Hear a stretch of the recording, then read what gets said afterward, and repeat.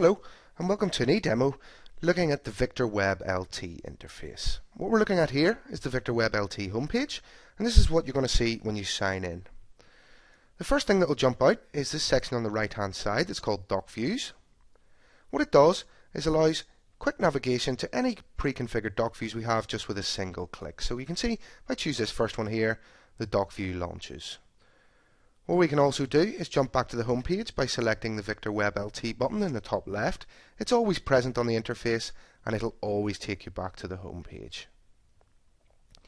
Okay, so next to that button then, there are four other menu buttons. The first one is called Monitor.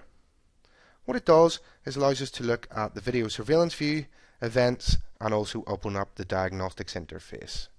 The next menu along is called Search, and it allows us to open up the search interface from where we conduct a time and date search or an advanced search on recorded video.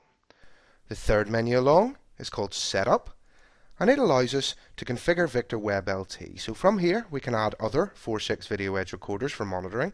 We can also create sites, and in addition we can also manage all of our configured fixed views and dock views, as well as managing our events. The final menu then along the top bar here is called Admin, and it allows us to view current Video Edge users and roles, and we can also view and download Victor Web LT logs, view our clip archive, and set some other preferences such as bandwidth configuration. Okay, so moving across the top of the screen over to the right hand side then, this shows us which user is currently signed in, which in this case is admin, and the little arrow next to it will allow that user to log out. So we can click that and then we can choose the log out button.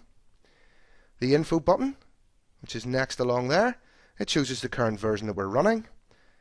And the final button in the top right is called full screen, and it opens up Victor Web LT in full screen mode. Okay, so if we exit out of that and if we move down the page, you'll see we have 6 tiles here. What that does is allows us quick access to some things. So the first one opens up the last view that we were looking at, which in this case is a video surveillance pane. Again, I'm going to choose the Victor Web LT button to go back to the home page. The next button along opens up the last dock view we happen to be looking at. And the other ones there give us access to Events Monitor, Sites, Fixed Views, and Diagnostics as well. Just a way of quickly navigating to those items in Victor Web LT. Okay, so moving down to the bottom of the screen, you'll see in the bottom left we have a pull-out menu which is called Dock Views. If I select the yellow bit, it pulls out there. This is available on all screens in Victor Web LT. What it does is allows us to create new dock views and also access already configured ones quickly. So you can see that we have the 3 there. Okay, if I just close that over, the final aspect of the Victor Web LT interface, which is also always visible, is the timeline. This timeline allows us to control video that's playing at the moment. We can also see activated events from there, and they will be displayed on the timeline in the form of an event marker, which is color-coded by the event priority.